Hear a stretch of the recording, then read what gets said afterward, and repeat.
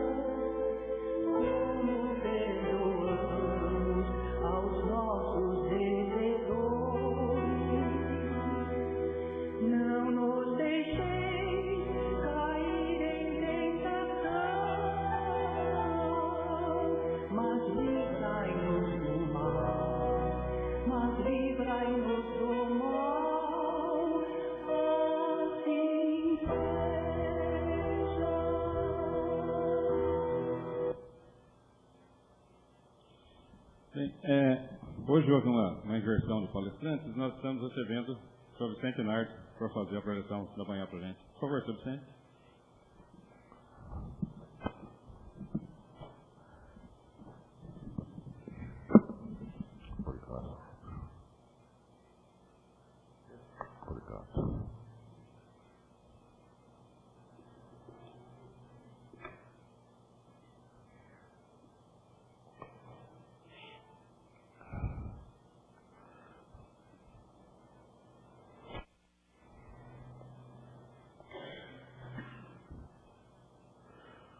Olá, minhas amigas, meus amigos, companheiras e companheiras de Ideal Espírita. Muito bom dia, sejam bem-vindos e que as bênçãos de Jesus envolvam a todos nós, amigas e amigos encarnados e desencarnados, presentes a essa casa de oração e estudo. Agradecendo a Deus Pai e ao nosso Divino Mestre Jesus pela vida, por tudo que ela nos oferece, e por esse momento de fortalecimento espiritual em que trouxemos em uma pequena exposição derivada de diversas fontes de aprendizado da doutrina espírita, o estudo do tema perdão das ofensas. E no decorrer da nossa existência, nós podemos observar que algumas pessoas deixam de sentir-se ofendidas, deixam de sentir-se afrontadas, mesmo quando são intencionalmente estimuladas a isso. E outras pessoas, ao contrário, sentem-se ofendidas, sentem-se afrontadas, até mesmo quando não havendo motivo para a manifestação desse sentimento. E essa desigualdade deve-se a constituição da personalidade da criatura humana. Porque cada um de nós tem, assim, uma relação mais próxima ou mais distante com o nosso ego, que é a parte da nossa identidade responsável pela nossa relação com o mundo exterior. É a parte responsável pelas buscas de atendimento das nossas necessidades. É a nossa falsa noção do eu. E talvez alguém entre os amigas e amigos presentes tenham assim lembrança de algum momento em que tenha se sentido associado a fortes emoções que nos envolvem, tornando-os assim mais vulneráveis às percepções das ofensas, do que quando nós estamos equilibrados.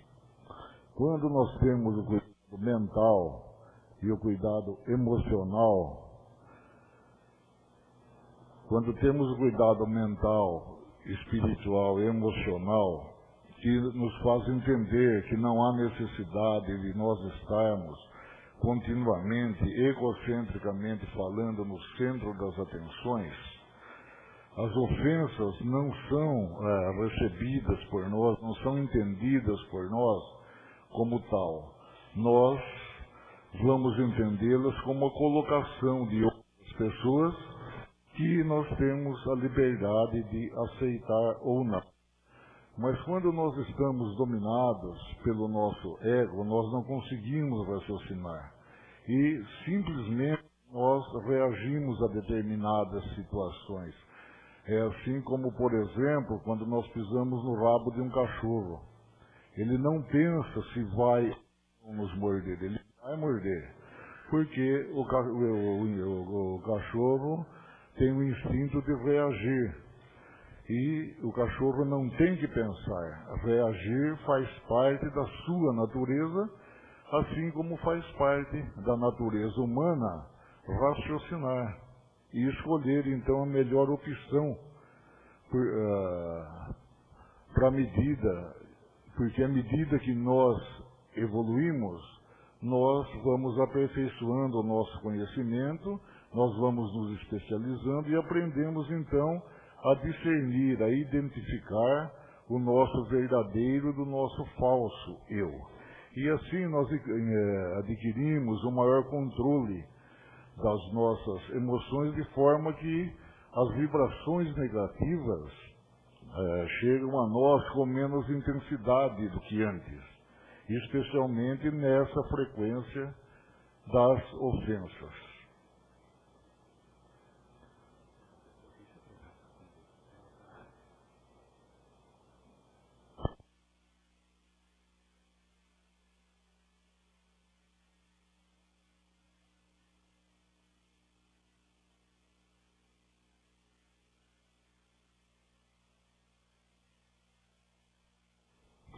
Obrigado, Roberto. Então, nós estávamos dizendo que as vibrações negativas chegam a nós com uma menor intensidade do que antes, especialmente nesse campo das ofensas. E nós podemos ainda sentir ou não indignação diante de uma ofensa. E diante da indignação, a reação de cada pessoa é diferente sob o ponto de vista das emoções. E nós não podemos negar as emoções, porque sempre que nós negamos uma emoção, psicologicamente ela aumenta. Por exemplo, uma pessoa sobre a qual nós tenhamos feito um comentário inconveniente, e ela então se sente ofendida, e nós perguntamos se ela está ofendida, e ela diz que não. Nesse momento, ela está bloqueando, ela está negando uma realidade, está represando um sentimento. E os sentimentos em nós não existem para ser represados. Os sentimentos em nós existem para ser educados. Então, o melhor que nós podemos fazer nesse momento é reconhecer a nossa tristeza, a nossa indignação, por uma situação, por um determinado fato. E daí, então, nós podemos simplesmente reagir como o cachorro. Mas isso não nos convém. O que nos convém é adotar uma postura racional, entendendo o que está acontecendo, e então decidir qual a melhor atitude a ser tomada diante dessa situação. Ou ainda compreender que nós temos condições espirituais e emocionais de entender que as emoções são sentimentos em nós que vêm e que vão normalmente. Mas para nós chegarmos a essa compreensão, é necessário que nós saibamos reconhecer as emoções. Porque quando nós não reconhecemos as emoções, elas nos escravizam. Há uma fala atribuída a Albert Einstein, que diz que ninguém consegue ofender você sem que haja seu consentimento. E que jamais iremos resolver um problema no mesmo patamar mental que gerou esse problema. A ofensa só permanece quando é aceita pela outra pessoa. É necessário que o ofendido fique em sintonia com a vibração do ofensor. A ofensa não permanece por si só. Nós podemos praticar alguma ação ou dizer alguma coisa inconveniente contra alguém, mas se esse alguém não se incomodar com isso, a ofensa não se concretizou, não se configurou. A ofensa, sim, é mais ou menos assim quando nós atiramos uma bola de borracha sobre um colchão.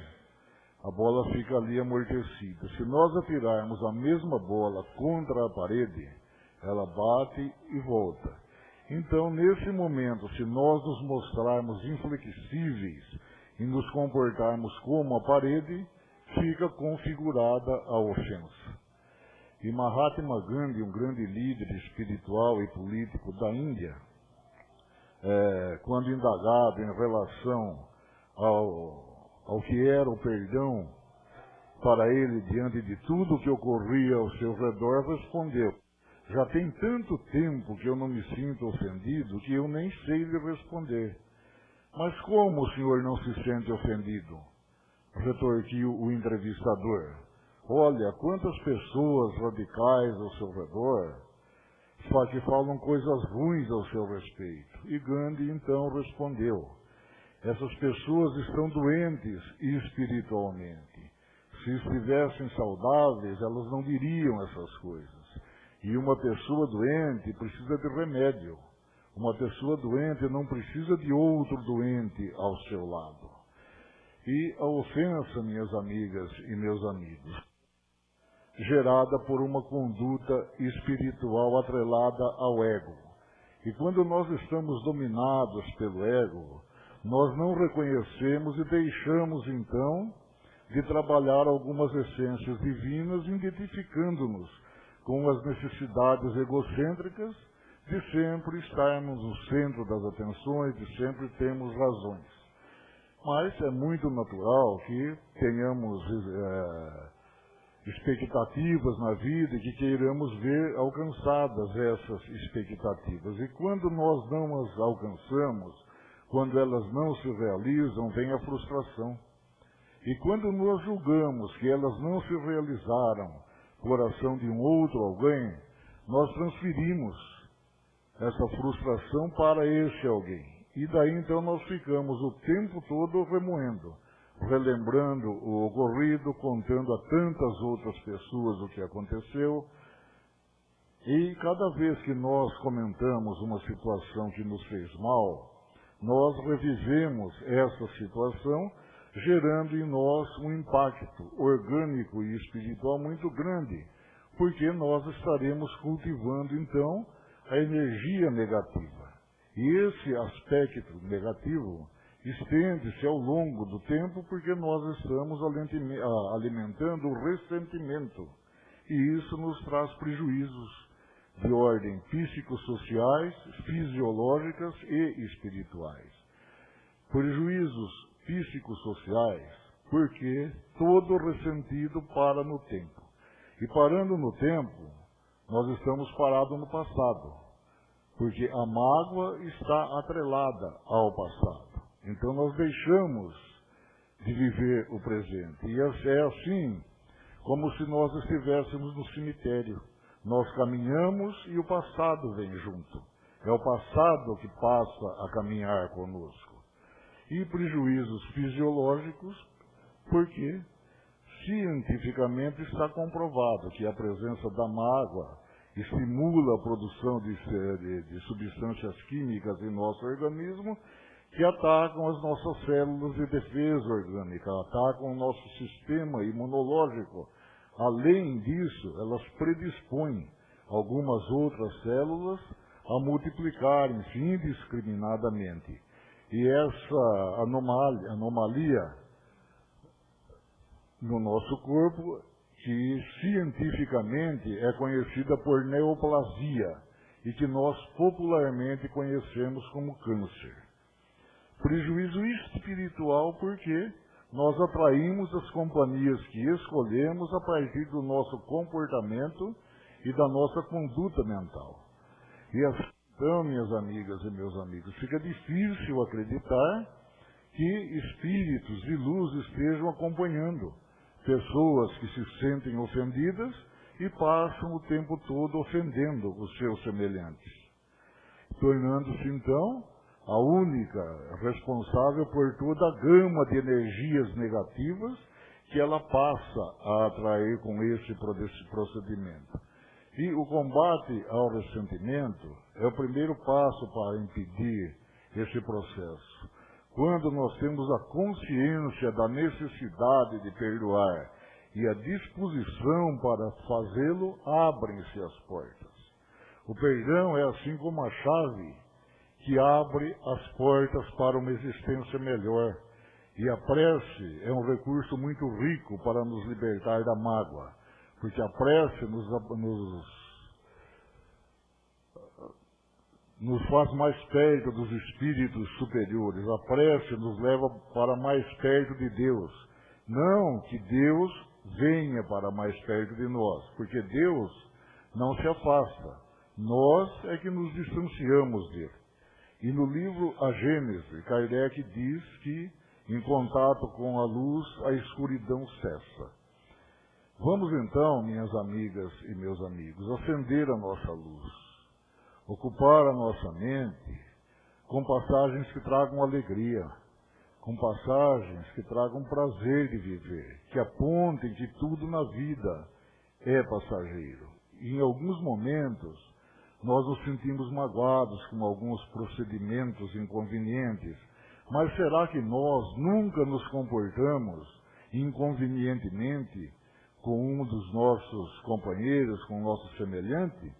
E a doutrina espírita nos traz então a lucidez e o benefício do esquecimento, porque dificilmente nós iríamos olhar para muitos dos nossos semelhantes se nós nos lembrássemos o que a eles fizemos e o que deles recebemos nessa vivência das existências passadas.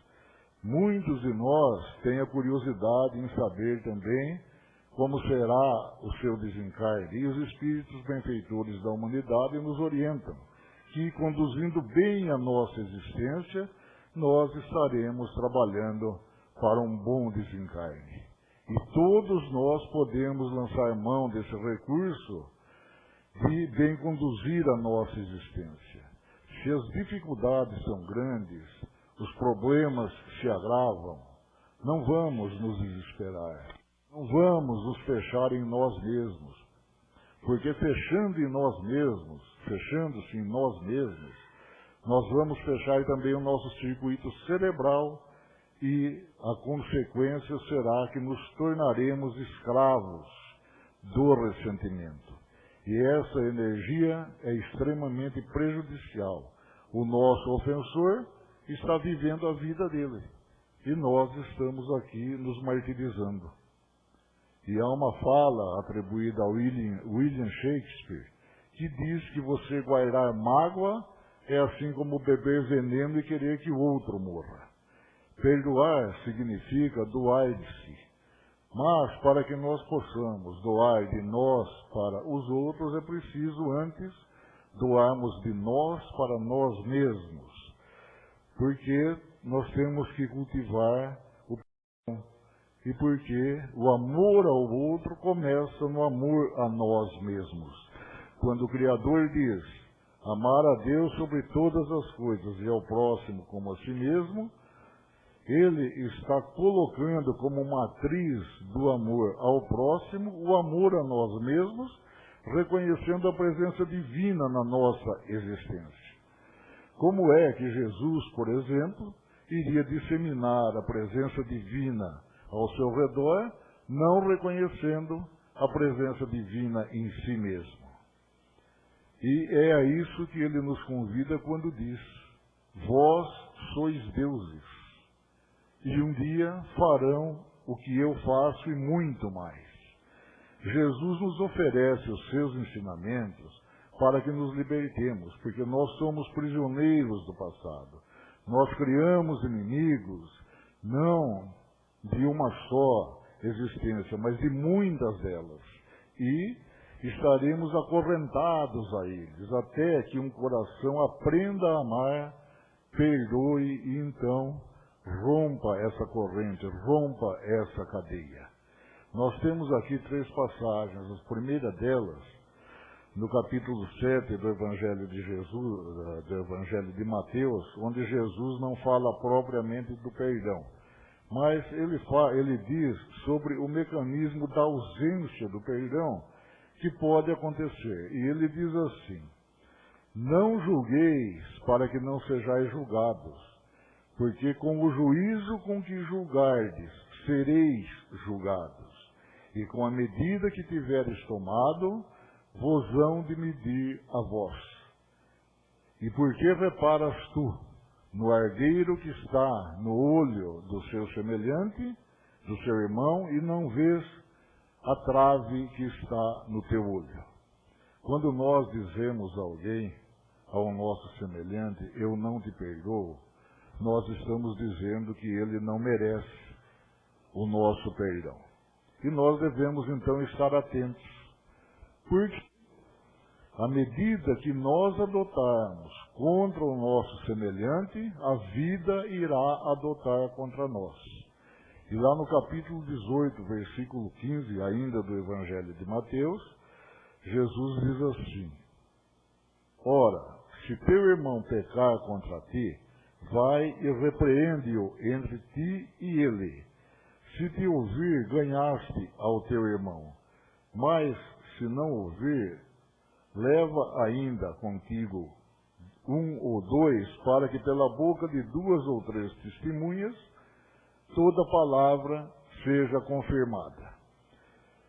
Então, minhas amigas e meus amigos, quando nós temos algo contra alguém, vamos falar com esse alguém.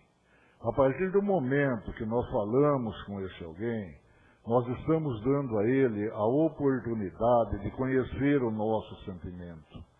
Talvez ele não valorize esse gesto, mas é importante que façamos a nossa parte, que é o que Jesus espera de cada um de nós.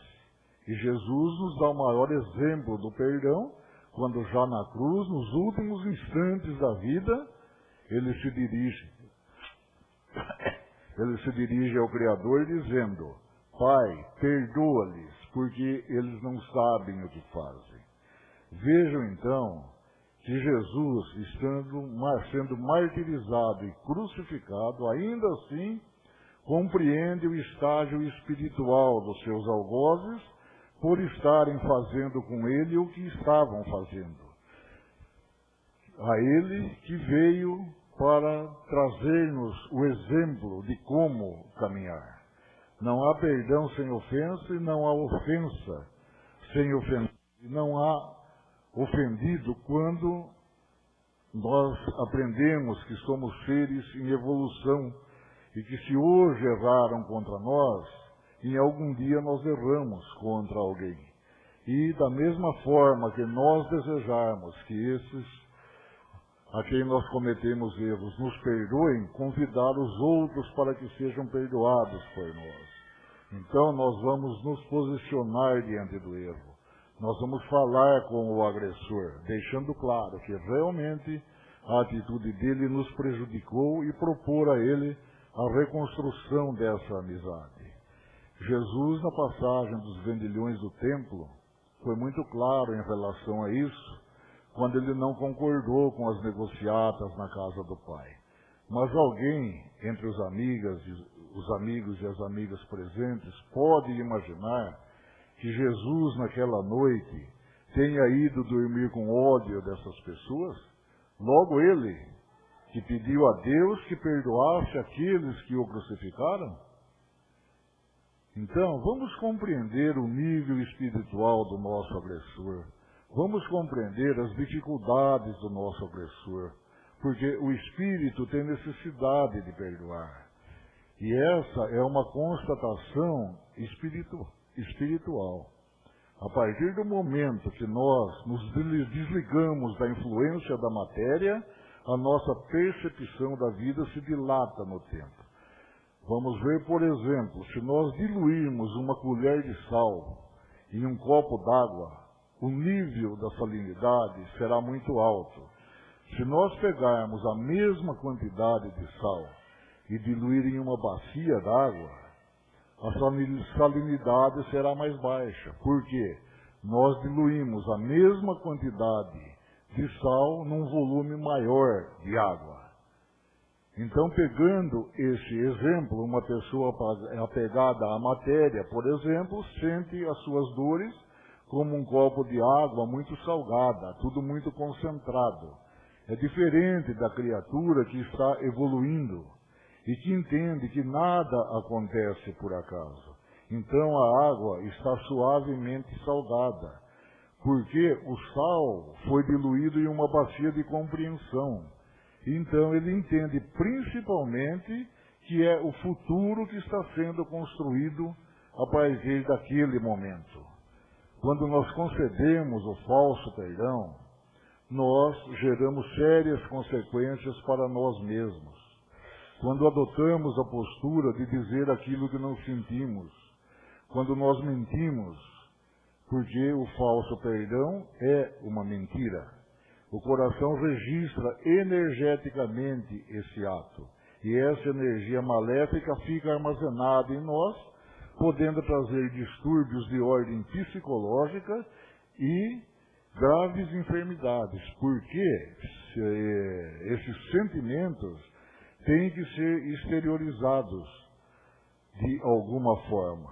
Esse é um processo de cura que pode parecer contraditório para alguns, mas o enfermo, na verdade, está expurgando a energia maléfica da sua alma. Tudo deve estar pautado na questão da liberdade verdadeira, de nos libertarmos, de nos utilizarmos da doação de nós para nós mesmos e para a vida.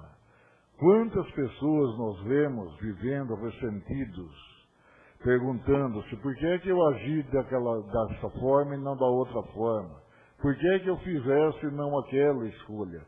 Os porquês, nesse momento, só vão contribuir para reforçar o nosso comportamento de revolta. A pergunta correta a fazer é: o que é que eu posso fazer agora, aprendendo com aquilo que eu já aprendi? E daí então nós olhamos para o nosso passado. Um passado que, por mais difícil que tenha sido, a nós parece uma grande escola. E então nós pensamos: eu aprendi, eu fiz tudo o que pude nesse aprendizado. Agora eu tenho maturidade suficiente para fazer melhores escolhas para mim, para os meus parentes, para os meus amigos e, inclusive, para aqueles que procuram nos prejudicar. Fazermos a escolha de orar por eles, desejar-lhes o bem, porque a vida devolve para nós aquilo que nós oferecemos a ela. O perdão verdadeiro é o daquele que enxerga a presença divina no seu semelhante e perdoa, porque entende a dificuldade do seu ofensor de compreender situações naquele momento. E ao desencarnar, não vão nos perguntar o que o outro fez. Não vão nos perguntar o que fizemos da nossa existência. Que escolhas fizemos entre as escolhas que poderíamos ter feito. Como conduzimos a nossa existência. E no livro Pão Nosso, nós temos uma frase do espírito Meimei, onde ela diz: o silêncio é a gentileza do perdão que se cala e espera o tempo. O silêncio é a gentileza do perdão que se cala e espera o tempo. O tempo é sempre o melhor amigo. Para quem sabe esperar o tempo é o melhor remédio, já dizia o cancioneiro popular.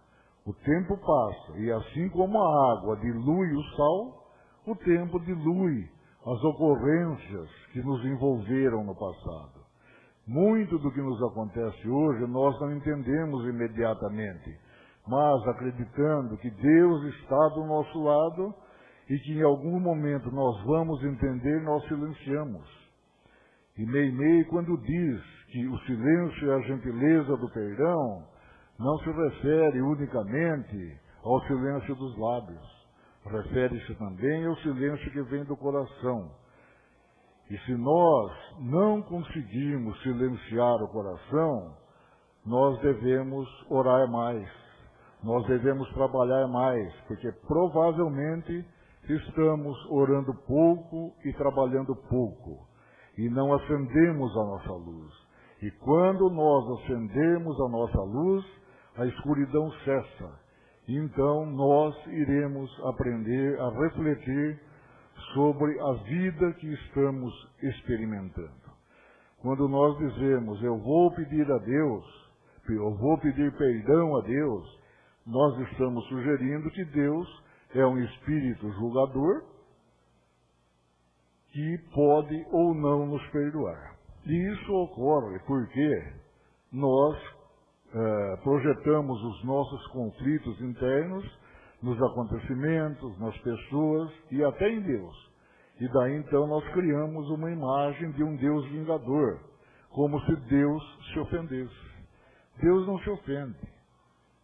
Deus é amor e bondade, e sendo amor e bondade, Ele entende o nosso tempo. Um Deus ofendido, que castiga, não pode ser Deus. Pelo menos, não um verdadeiro Deus. Nós temos Deus como um escudo. Nós dizemos, eu vou pedir perdão a Deus, mas na realidade nós vamos pedir perdão a nós mesmos. Nós queremos nos perdoar. Mas é mais fácil recomeçarmos acreditando que Deus nos perdoou. Quando dizemos sinceramente, Deus me perdoa pelo mal que eu causei, nós sentimos que Deus nos perdoou e vem então uma sensação de leveza. Os bons fluidos chegam a nós, porque sendo sinceros, nós criamos esse processo e vamos nos sentir melhor e dizer, Deus me perdoou. Mas na realidade nós é que nos perdoamos. Deus não tem o que nos perdoar, porque Deus não se ofende. E a energia positiva é gerada por nós, desejando então reformular o nosso comportamento, anula os efeitos negativos que nós criamos. E é isso que a doutrina espírita nos mostra. Nós estamos provando o efeito gerado pelas nossas escolhas. Nós vivemos experiências, nós não vivemos experiências, ou passamos por situações simplesmente por acaso. Deus se manifesta em nós através da lei de causa e efeito, dando-nos, oferecendo-nos a oportunidade de aprender com as consequências do mau uso que nós fizemos do nosso livre-arbítrio. A responsabilidade da nossa evolução espiritual é nossa. Fazendo melhores escolhas, tornando-nos criaturas humanas melhores, construindo um mundo melhor, vivenciando a cada passo a presença divina na nossa existência, gerando assim novas causas de amor que nos acompanharão nessa e em outras existências. Não basta não praticar o mal, é necessário fazer o bem com toda a nossa dedicação e com toda a nossa ternura, porque como orientam os espíritos benfeitores da humanidade, cada um responderá por todo o mal que resulte do bem que não tenha feito. E assim, minhas amigas e meus amigos, vamos nos preparar para a segunda parte dos trabalhos, que é a recepção do passe, elevando a Deus Pai a oração que Jesus nos ensinou. Pai nosso que estás no céu, santificado seja o vosso nome. Venha a nós o vosso reino, seja feita a vossa vontade, assim na terra como no céu. O pão nosso de cada dia nos dai hoje. Perdoai as nossas dívidas, assim como nós perdoamos os nossos devedores, e não nos deixeis cair em tentação, e livrai-nos de todo o mal. Que assim seja. Muita paz, amor e harmonia, e que as bênçãos de Jesus permaneçam em nós.